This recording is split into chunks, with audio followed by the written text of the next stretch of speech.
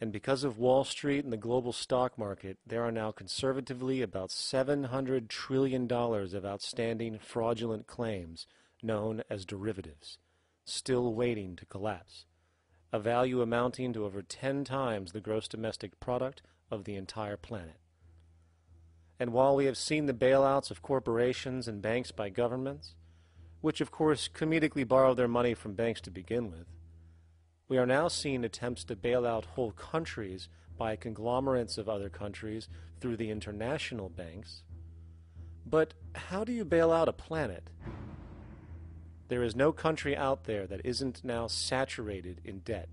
The cascade of sovereign debt defaults we have seen can only be the beginning when the math is taken into account. It has been estimated in the United States alone that income tax would need to be raised to 65% per person just to cover the interest in the near future. Economists are now foreshadowing that within a few decades, 60% of the countries on the planet will be bankrupt. But hold on, let me get this straight. The world is going bankrupt, whatever the hell that means, because of this idea called debt, which doesn't even exist in the physical reality. It's only part of a game that we've invented. And yet the well-being of billions of people is now being compromised.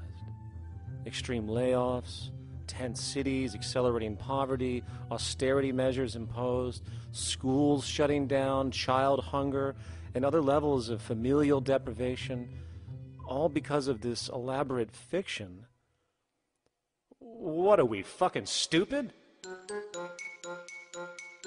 Hey, Mars, my man. Help a brother out, huh? Grow up, kid.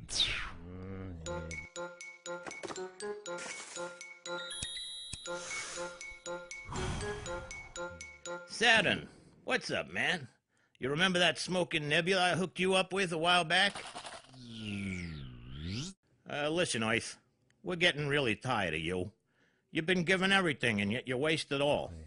You got plenty of resources, and you know it. Why don't you grow up and learn some responsibility, for Christ's sake? You're making your mother miserable.